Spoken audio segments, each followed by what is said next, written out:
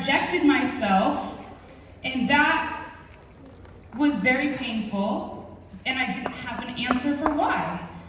And so I like to think about it as these cis-het values that are messages that we get from society. They get into my pores, into all of our pores. And we don't always know, we don't always have words for them.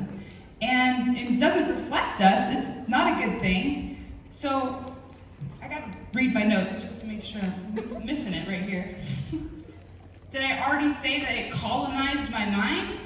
Those messages colonized my mind, and I didn't feel like I could get to know myself. And that's a tragedy.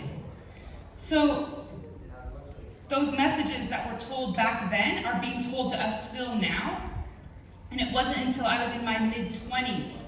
For some of you, that's 10 years from now. It wasn't until I was in my mid-20s that I even found literature in writing that was published that even started to challenge those cisgender heteronormative values. That's too long. And it wasn't until my mid-20s that I started to decolonize my mind. And I'm constantly in the process of unlearning. I forgot to introduce one of my identities tonight, is that I'm a work in progress.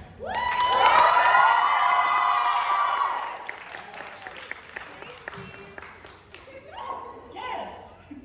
So if I work as a mental health therapist at Umbrella Collective, I get to help other people decolonize their minds. And I get to help people embody themselves for the first time with pride, unmasked if it's safe, caveat, and embrace themselves to be who they are. We've come a long way from back then, but we're not there yet, right? We have so much work to do. In Colorado right now, they are fighting to put LGBTQ history in social studies curriculum from kindergarten up. But you know what?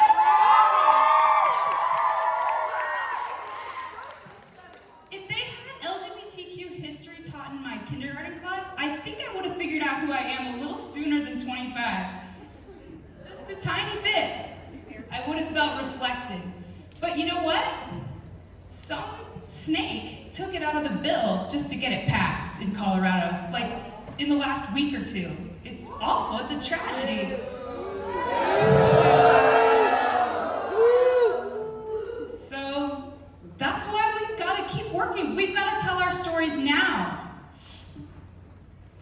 So here's a little bit more about my story. I'm a parent, I've got 2 kids under 5, and they're adorable. They're hopefully going to bed now.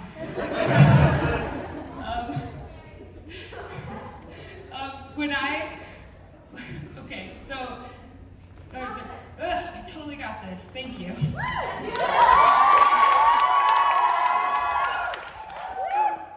What people don't often know about me is that I've wrestled with how to describe my family to my kids, to my oldest. She's 4 now. We probably started talking to her from 0 on about our family. And my wife and I decided back then to say that we're a 2-mom family because I saw books about 2 moms. I didn't see any books about non-binary parents. It's grief for me. So I made a decision. I thought it's too complex. I'm just gonna tell her 2-mom family, let's do that.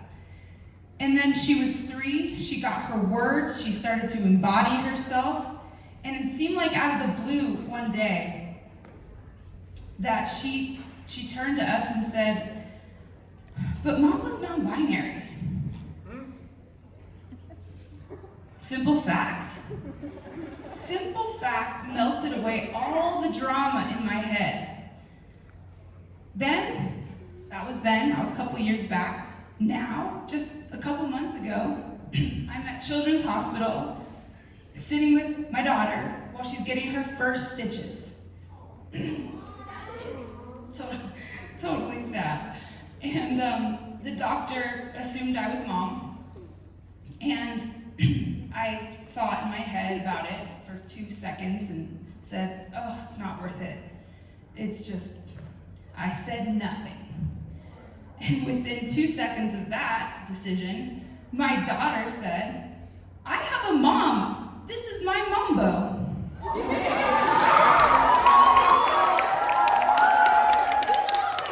A simple fact. It made me realize, and as preparing, it made me realize I don't have to fight. We don't have to fight. We just have to embody ourselves as we are. That's the work.